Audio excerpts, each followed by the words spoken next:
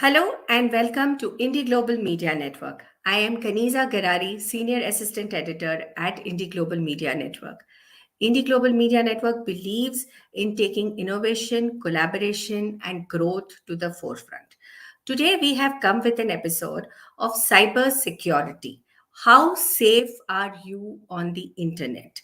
It has been noted that India has seen an 11.8% increase in cybercrimes.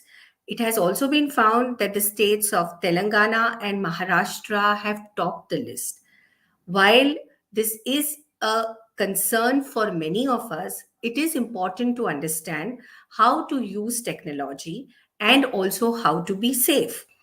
Today, we have D. Prashant, Inspector of Police, Hyderabad Cybercrimes, who is going to talk to us about the online crime, cyber attacks, and the cyber security. Please welcome D. Prashant.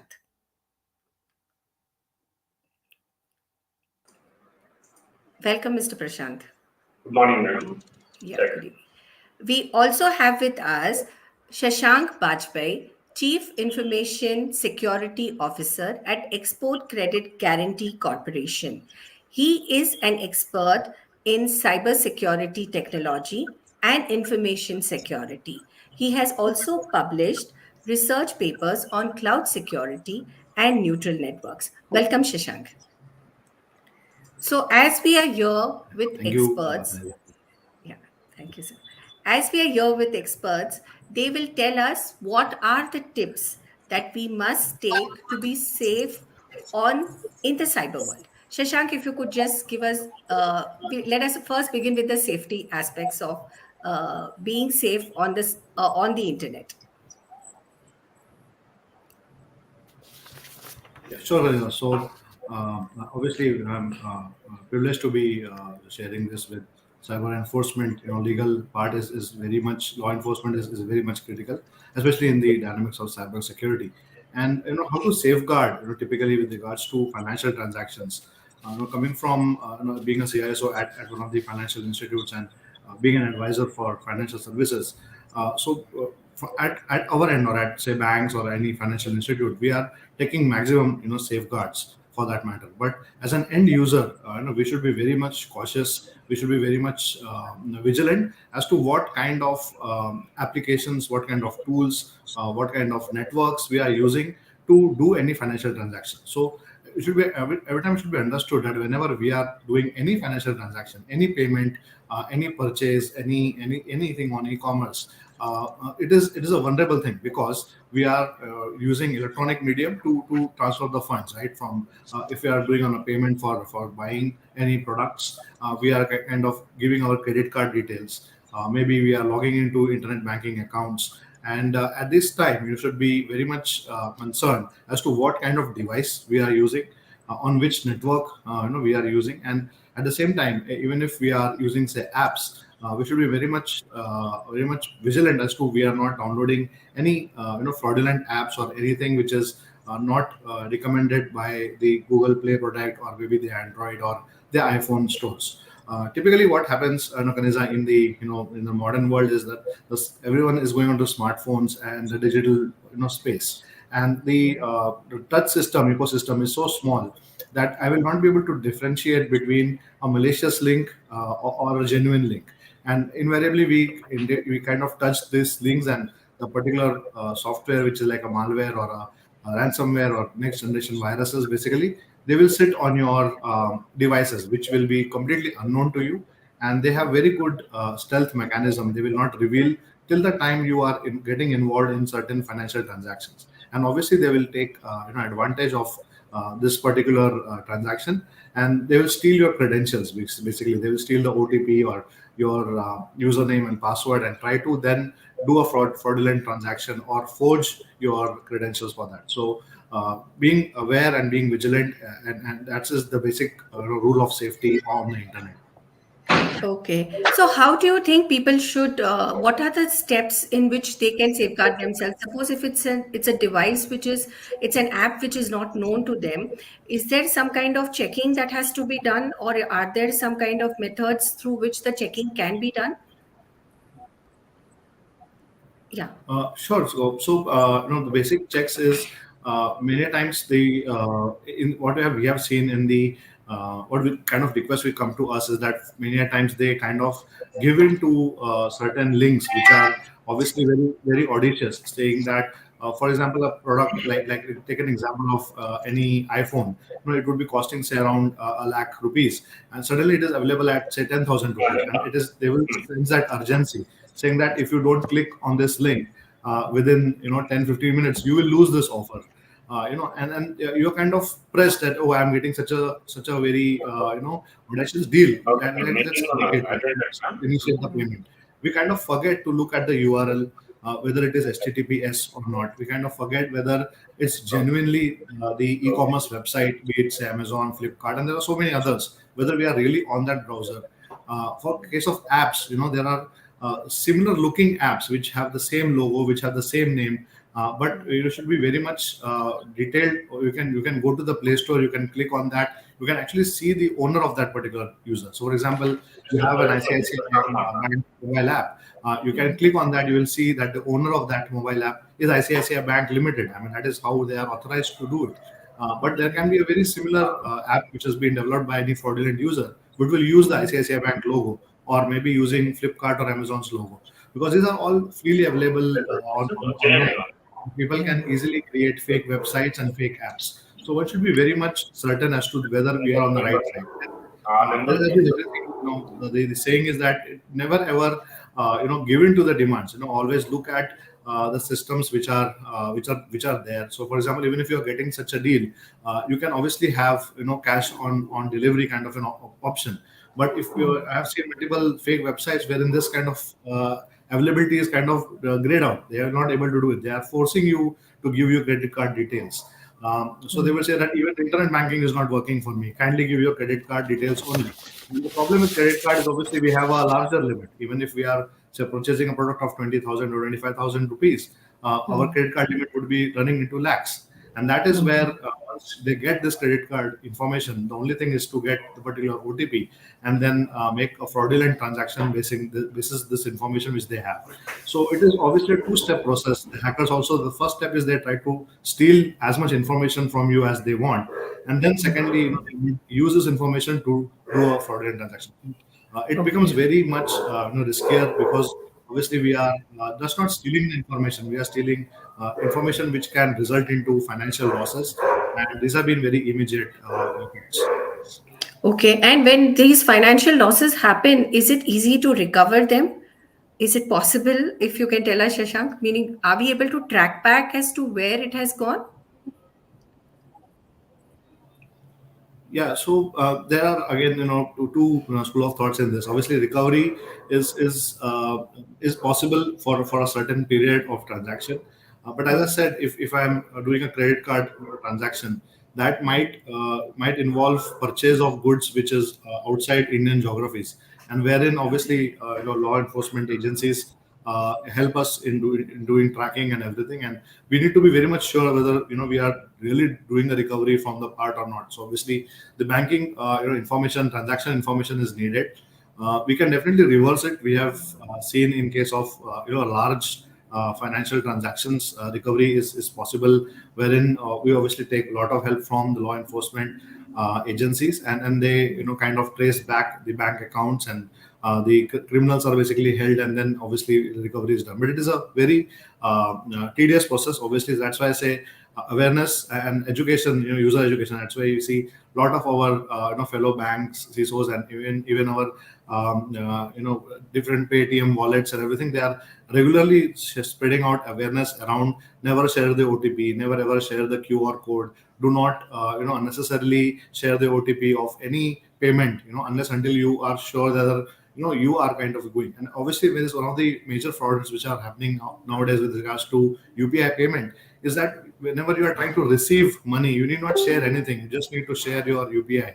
But the fraudsters, they are pretending that, oh, you will get an OTP, then only we will be able to pay to you. For example, I am paying an X amount to you, you need not give me anything, you just need to give your UPI ID. But they try to tell us that you kind of share your QR code or share your OTP to us, and basically what Hmm. happens is then instead of receiving the amount gets deducted. So it is basic awareness which is much more necessary, rather than going in the recovery mode. Obviously, recovery is possible, but again, as I said, it requires a very tedious process, because we really need to trace back to the fraudsters, because fraudsters also getting very intelligent enough. They are, transferring this money into cryptocurrencies and so on and so forth, which we cannot trace back and which we cannot recover. So I mean, there are the complexity is kind of increasing, because they are also kind of innovating their ways to dupe Yes. users.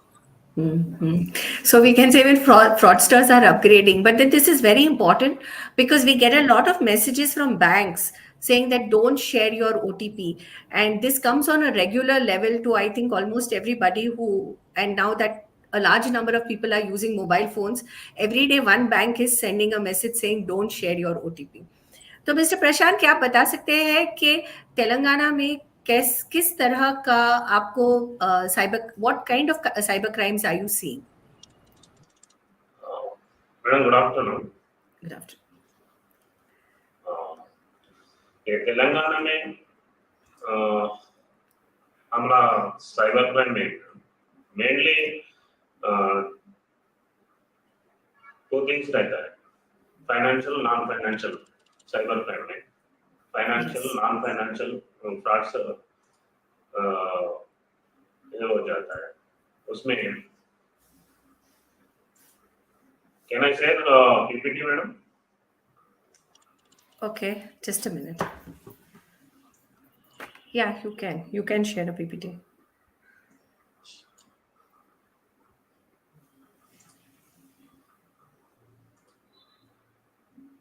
Yeah, you can, I think. 1 minute.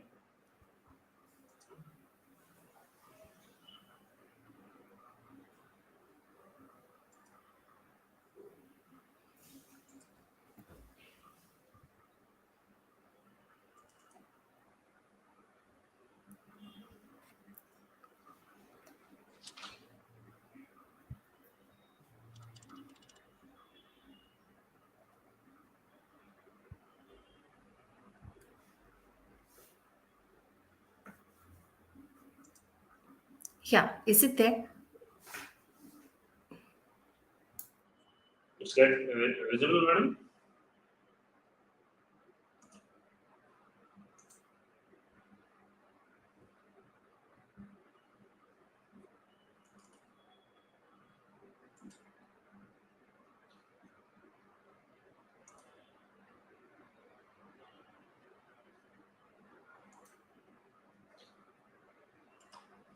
Hello.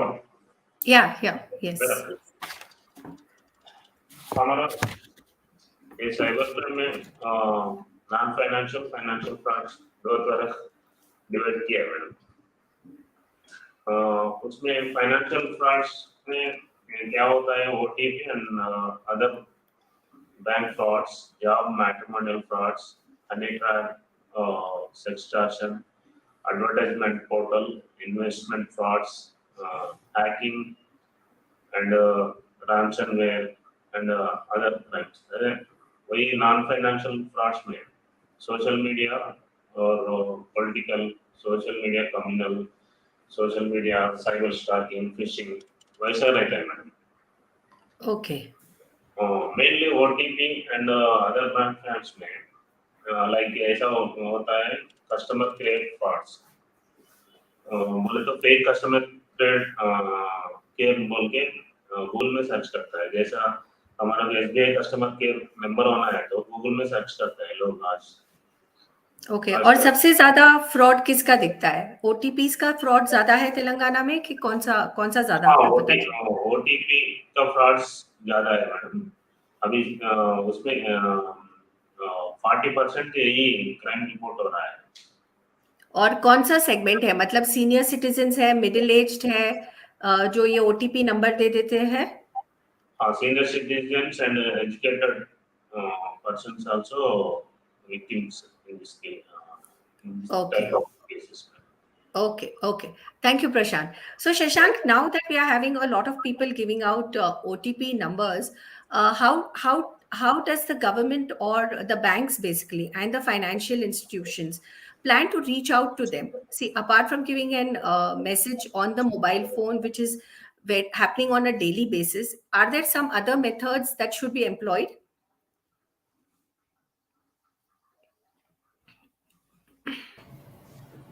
Yes, Lynn. I mean, one part is what we are looking at is typically what we have seen in the payment industry, especially in the credit card industry, is putting a limit, threshold limit, which was kind of left to the end users, like you and me as end users. We have to kind of put a limit as to at one time, what will be the amount, which can be deducted. That is what we are seeing, and especially then is the user behavior also, the pattern. But the problem is that many users they kind of refrain themselves to share a lot of information to the intermediaries and financial institutes. So, but as an end financial institute, we do understand that customer privacy is important, but at the same time we want to understand what is the overall pattern. Like for example, as an end user, you have never ever purchased anything from a website which is based in US, or maybe a website which is based in say China. Then definitely your all products you are buying are maybe say based out of in India. Maybe the websites which are originating are e-commerce or m-commerce. You have typically dealt with Indian websites only, and all of a sudden your credit card is being swiped for making a transaction in a merchandise which is actually based in US.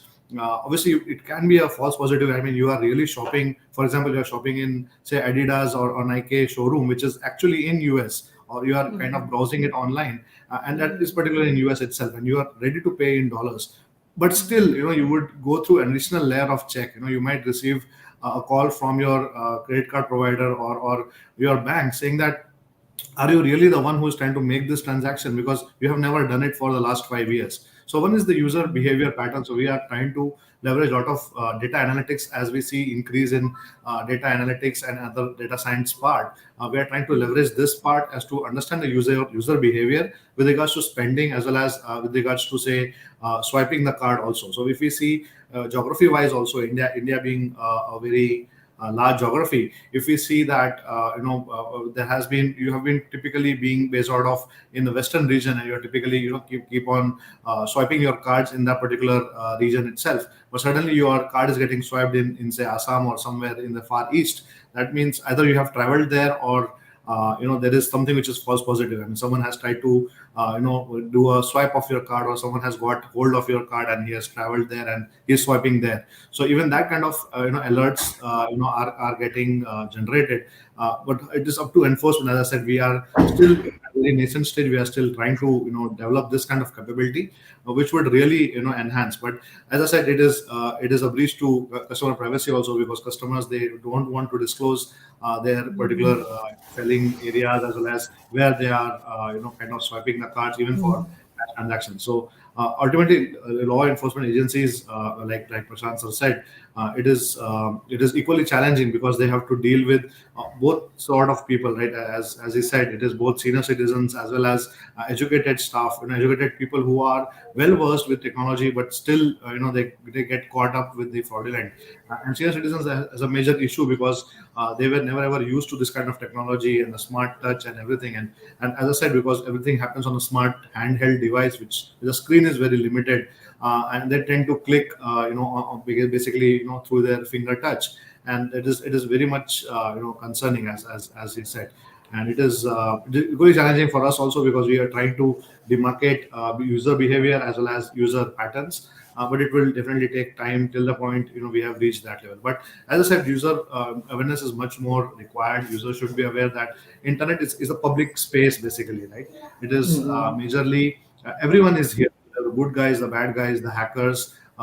Everyone is on this internet. It's not it's like an open area, right? So you have to be very much concerned. So for example, if we are exchanging currencies, or if we are making any transaction in a public space, we would be paying caution as to it reaches to your hand, right? And we are in a secure place and doing this transaction. Similarly, in online, or being on internet also, is as good as being on public. So we should safeguard that you are using HTTPS websites, you are using multiple factors, tokens, and OTPs, which are very much limited to you.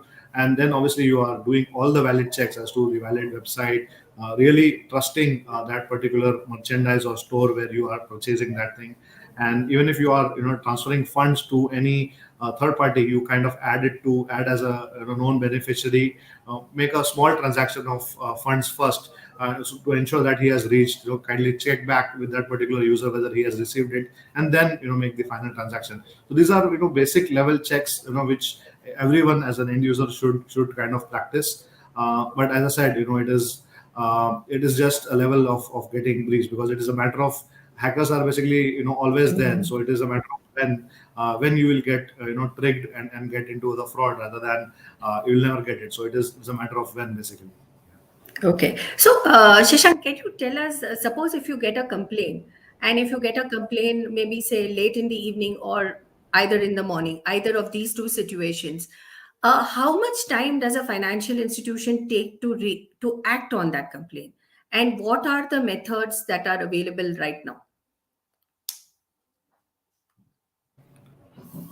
So basically, so the transaction, because of anything which happens, is now completely linked to core banking systems, and the core banking systems are are like, it's like an API thing. It's really real time, right? That's where we are, with the advent of NPCI based UPI and other transactions like NEFT and IMPS and everything. They are basically really real time. But there is a validation check, because every financial institution is based on the check and balances. So it is called as maker and checker controls, for any financial transaction. So every time there is a making of any financial transfer or making any purchase, it would definitely be made by you. But as a banking institute, or as a payment institute, or a credit card institute, we would definitely check back whether you are the legitimate user, whether the details have been made finalized or not. So this is obviously machine based everything. I mean, there is no user token, and there is no manual process now. It is completely done through the machines and the systems, so they understand the entire demographic. And as soon as you understand that you have you have caught up in a fraudulent transaction, or you have made a fraudulent payment, it should be, the more quick you kind of report it, we have much major time to kind of revert the particular transaction. So I've seen transactions which have reported within minutes or within seconds to us, with the right information, saying that this is something which has happened as a fraud, and I do not intend to kind of make this payment. And so the two things is actually, we kind of block the transaction there itself. Can't contact the merchandise, to kind of revert the particular merchant, and tell them to revert a particular transaction. And it is again a system to system call, as I said. So it would be reverted within minutes. But what happens typically in certain transactions, wherein your particular information has been used by hackers, and you ultimately realize that you have not made any transaction. So one is that you make a transaction and understand that, oh, it is a wrong thing.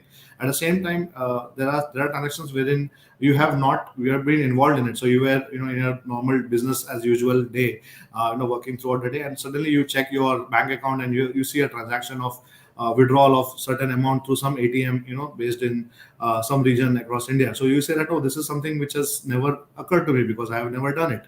So this kind of transaction typically requires a lot of help from law enforcement agencies, because we need to really trace whether you had lost your credit card or debit card, or you had kind of swiped your card somewhere in which your information was stolen. So it requires a lot of complicated procedure. So if it is a pure online purchase or online thing, it is easy to revert. But if it is related to your card swiping, or maybe your financial data has been lost to hackers, and you're completely not aware of the source of that particular transaction, or you don't have even the transaction ID for that matter. So there, we really require a lot of help, and it is a complicated process to recover in this case. Okay. So this means the earlier you come, the better it is for the customer, and the earlier you realize. So the more alert and cautious you are, it will help you. Okay.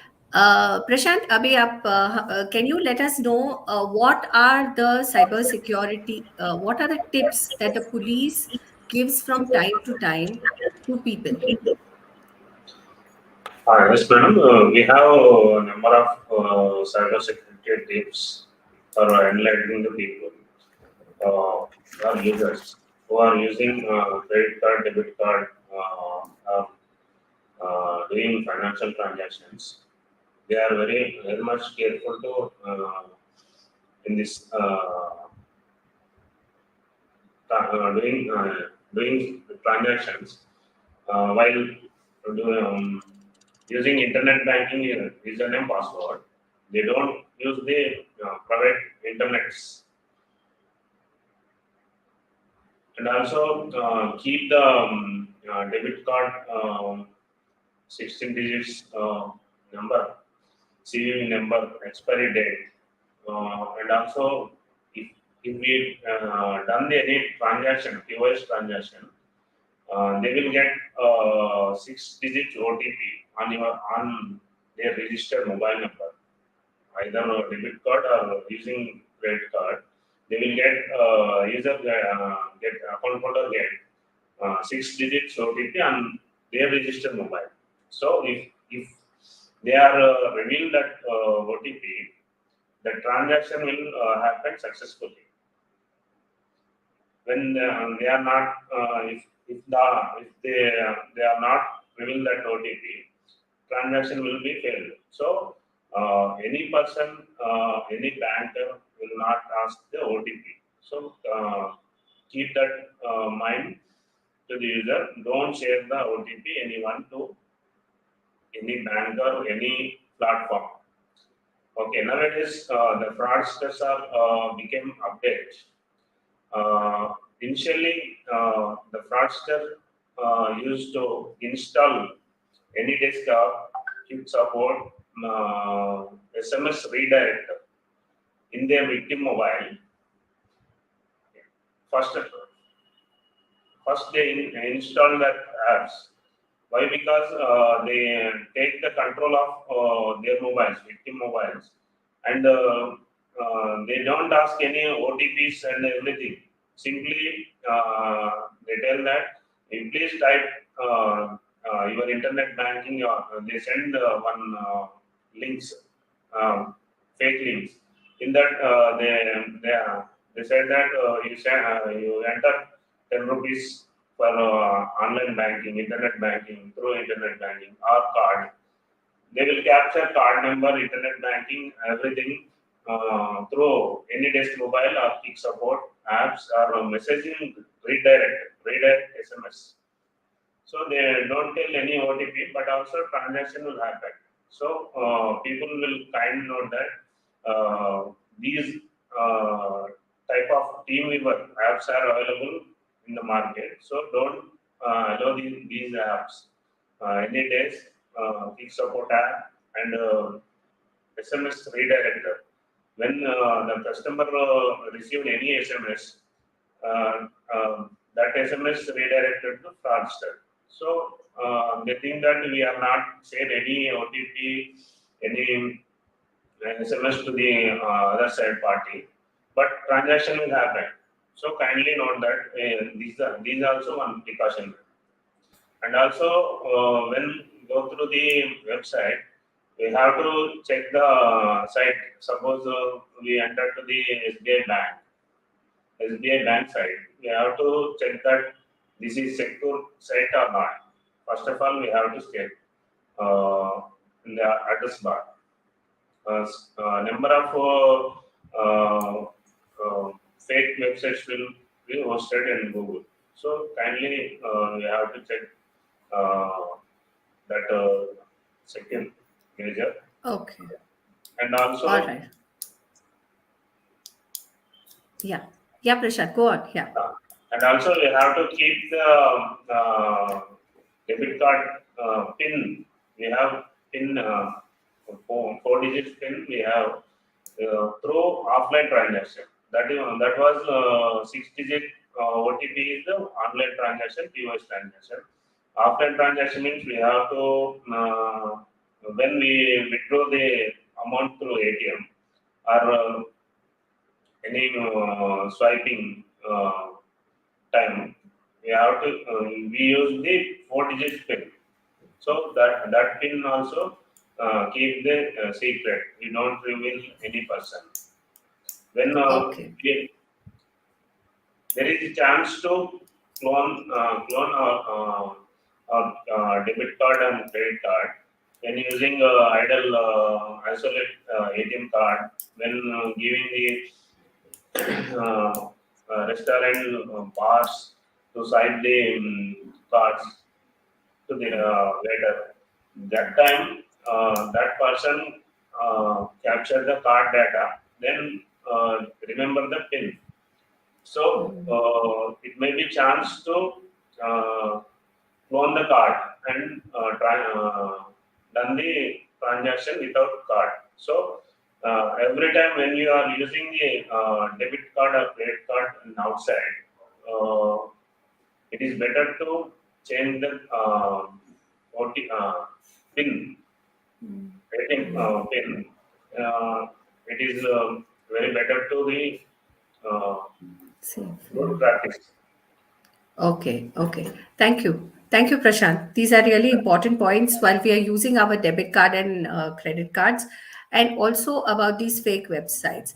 Now, I come to you, Shashank. Can you tell me what is the psyche of a cyber attacker and how different are they from your offline criminals or your offline dupers? What is how different is a cyber attacker, and how do they, what are the new ways that they look at to dupe you? Are all of them educated, or some of them are just technologically savvy?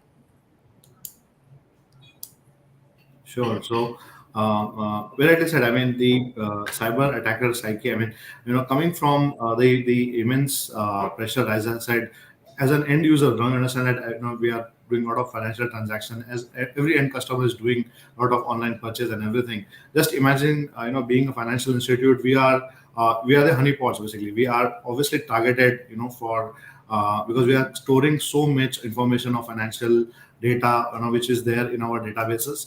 Obviously, we understand there are obviously our different websites, the internet banking, mobile banking, and in fact the internal websites or internal processes also, which are very critical and which deal with a lot of financial information. So hackers, they are vested interest in attacking any financial institute, be it a bank, NBFC, any insurance provider, because once they get latched on to certain financial institute systems, that is our servers or applications, then they can basically mine this particular resource and obviously steal a lot of millions and millions of records of data can be stolen from such servers. So obviously the attack incentive is huge. The hackers are very much interested in attacking any financial institute for that matter.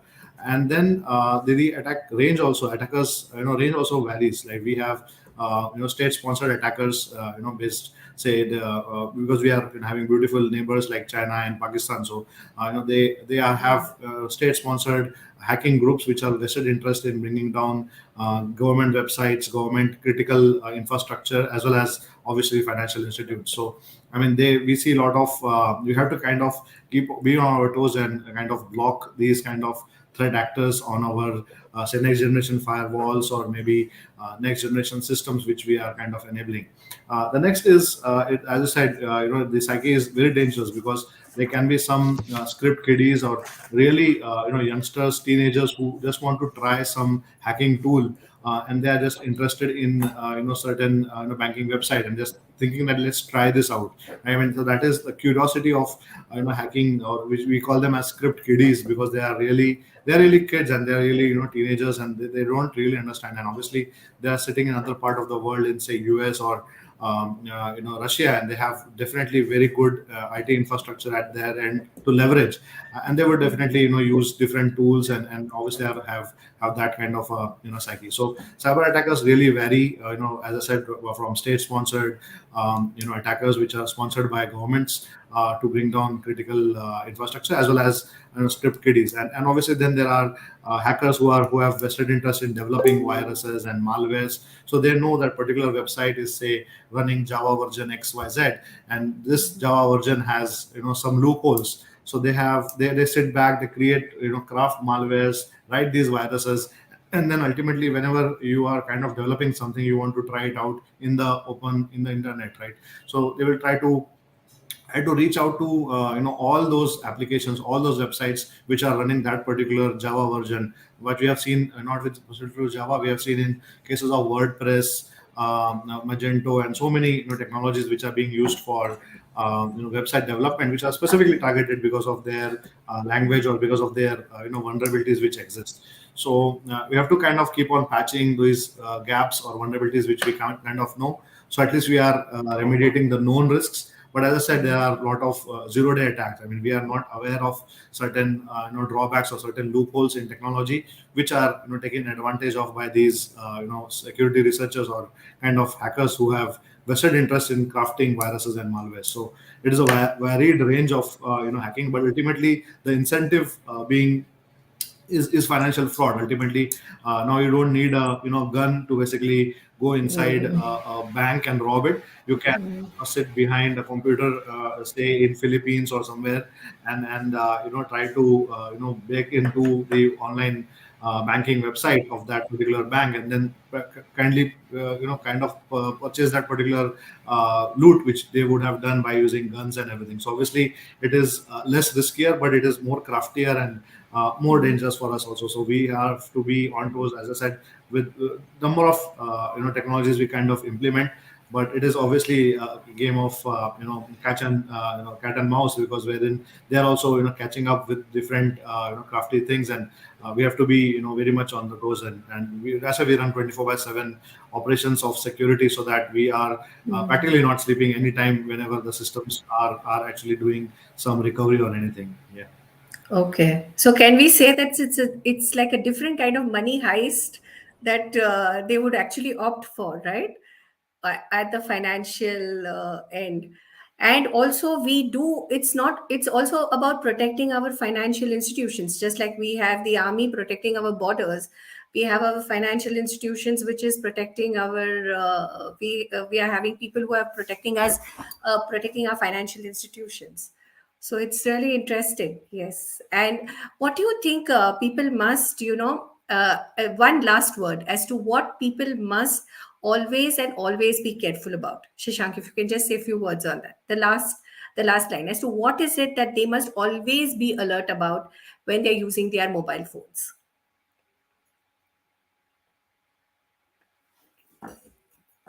Yeah. Shashank. Yeah. Yeah, you have, as I said, you have to be very much vigilant, and it is, as I say, it is more people oriented, because ultimately it is only the user interface, right, which Hmm. are getting targeted. It is never the systems. Their systems don't hack systems. It is obviously the humans which are trying to bring down the services of their banking infrastructure or anything. So whenever there is an interface, be it through mobile app or through websites, it is these interface or the point in which the user is interacting with the banking infrastructure. These have to have special security or special viewpoint. And as an end user also, you should be very much vigilant wherever you are on that particular page where you are interfacing that. Once you are once you understand that this is the interface page, and once you have logged into the right website, then you are kind of secure. So it should be always, we kind of forget that it is, we go into the realm of that, it is all about hacking, and it is much more technology and oriented and all. But I see that even the easiest of hacks which have happened are through social engineering and phishing emails, which are very crafty. As I said, they will seem like it is a very sweet deal which you are missing on, or maybe because they kind of understand your behavior. So they're sitting on your endpoints on your laptops, and they're generating this kind of information that yes, Shashank is every day coming to Google, and he is looking at say smartphones or tablets. He's really interested in buying something. So that kind of information they already have, and then suddenly they will put an email to me or put a flash notification on my mobile saying that you are getting this particular product, say an Apple tab or a Samsung tab which has just come in the market at 50% off. Kindly rush in, and that is wherein you think that, oh wow, this is a good offer. But you should always understand, as Prashant sir was also saying, that you need to keep on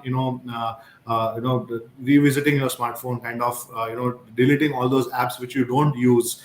Keep only those applications which you really use on day-to-day basis. And obviously keep on changing your pin, keep on changing your passwords, and so on and so forth. So it's a huge cyber hygiene, as a cyber swachhata, which we say, which has to be followed. Yes, Yeah. yes. Okay. So this is really extremely interesting. Thank you very much. And cyber hygiene, as Shashank has just explained, is very important for all of us who are doing financial transactions, who are shopping, who are visiting different pages, and who are also bringing around our emotions. We will just thank you, Shashank, and thank you, Prashant. We will also give speaker certificates for participating in our virtual panel discussion on how safe is the internet. Thank you. Yeah. Thank you. Thank you, Thank madam. you. Thank Yes, thank you. Thank you. Thank you very much for participating with us. We are IndiGlobal Media Network, who believe in taking collaboration and growth to the forefront. Thank you very much for joining us. Thank you. you.